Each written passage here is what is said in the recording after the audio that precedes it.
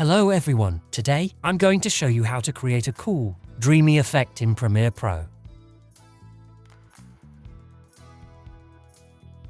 I've already added a video clip to my timeline. The first thing we need to do is create 2 copies of our video clip. To do this, hold down the Alt key, then click and drag the original clip like this.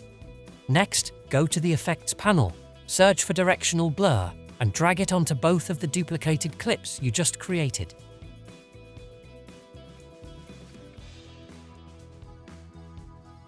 Now, select the first duplicated clip, and under Directional Blur, set the direction to 30 and the blur length to 80.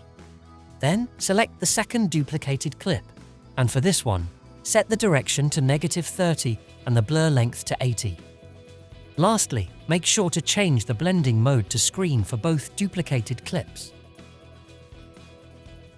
If you have any questions, comment below, and I will reply as soon as possible. Don't forget to subscribe to my channel. Thank you for watching, and see you again in the next video.